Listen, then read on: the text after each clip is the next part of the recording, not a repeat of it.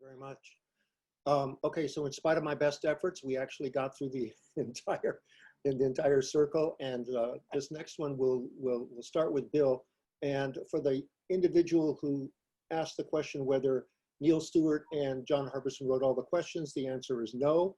And here's going to be here's going to be an example of that. We actually got this question in from the from our website, and since it came up regarding sort of looking at the fire services, which are a county service, versus having our own police force.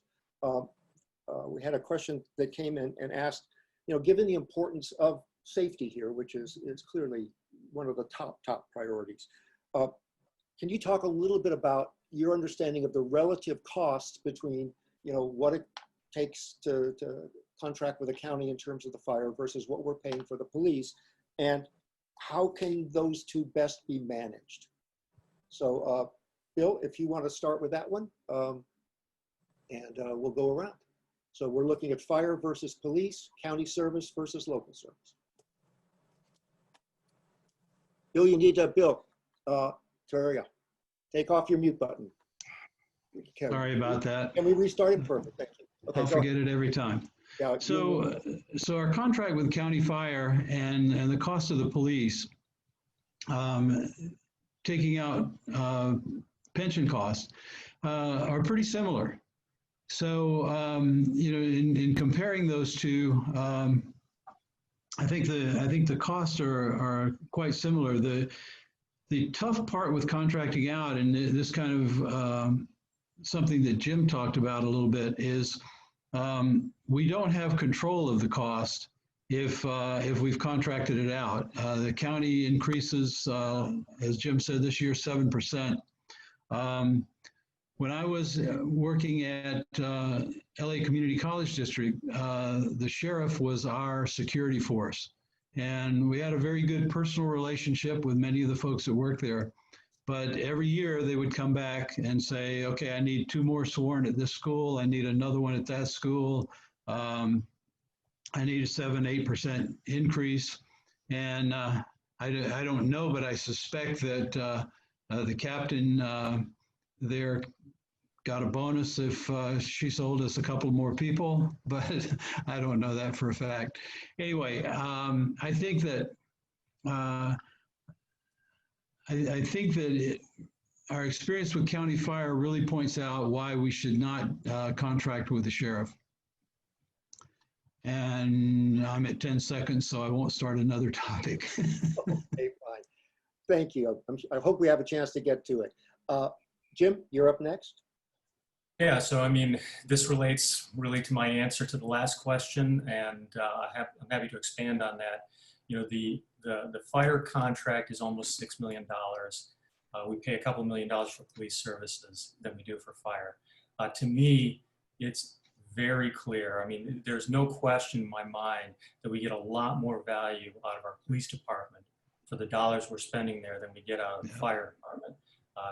The public simply does not interact with the fire department as closely and as frequently as we do the police department. In fact, when there was a fire not far from my home here in Lower Lunada Bay a couple of months ago, it was Officer Aaron Belda who ran in and pulled out some of the residents.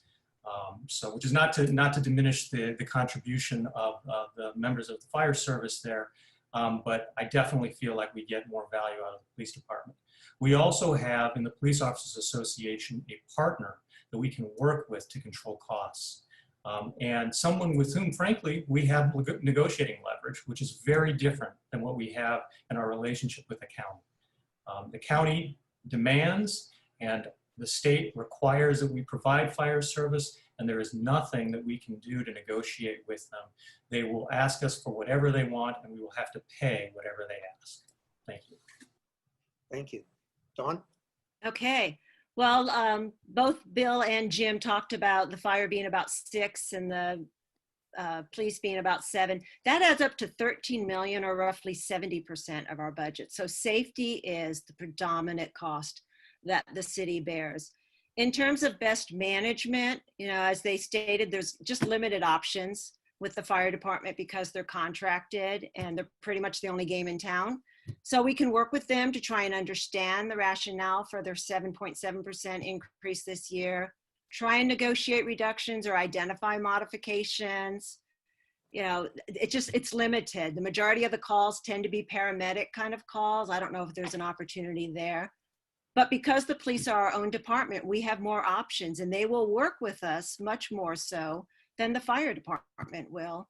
We can do some of the things I talked about earlier around improving efficiencies and cost effectiveness. We can better manage the pension costs. We've talked about that, about the funding and the pensionable benefits. But what this gives us is an opportunity for all to come to the table. The police officers, the residents, and the city to talk about what are the services that best meet what the residents need and what they can afford, and how do we all work together to come up with a solution, because the best thing for the city and for the police and for the residents is to have a financially stable city and a partner to work with to create that. Great, thank you very much. Jane? Yes, thank you. So the fire, from the numbers that I've got, around 5.5 million and the police around 7.2. Now the 7.2 million doesn't include the unfunded pension liabilities. So again, we're back to old debt.